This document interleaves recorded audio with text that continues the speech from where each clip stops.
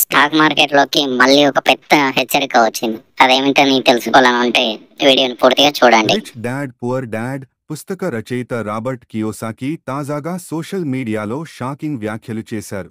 ఆయన ట్విట్టర్లో ఇలా రాశారు: massive crash beginning. Millions will be wiped out.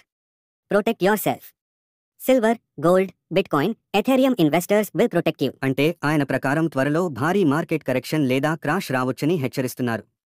మిలియన్ల మంది ఇన్వెస్టర్లు నష్టపోయే అవకాశం ఉందని కూడా చెప్పారు.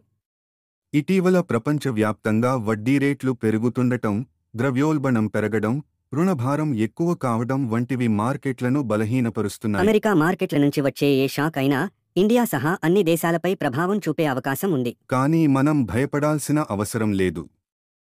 మార్కెట్ క్రాష్ అంటే అంతమని కాదు, కొత్త అవకాశాలకు ఆరంభం కూడా అవుతుంది. మార్కెట్ ఎలా మారినా తెలివిగా ఉంటే మనకు ఎప్పుడూ ఛాన్స్ ఉంటుంది. ఇలాంటి ఫైనాన్షియల్ అప్డేట్స్ కోసం మా ఛానల్ను సబ్స్క్రైబ్ చేయండి.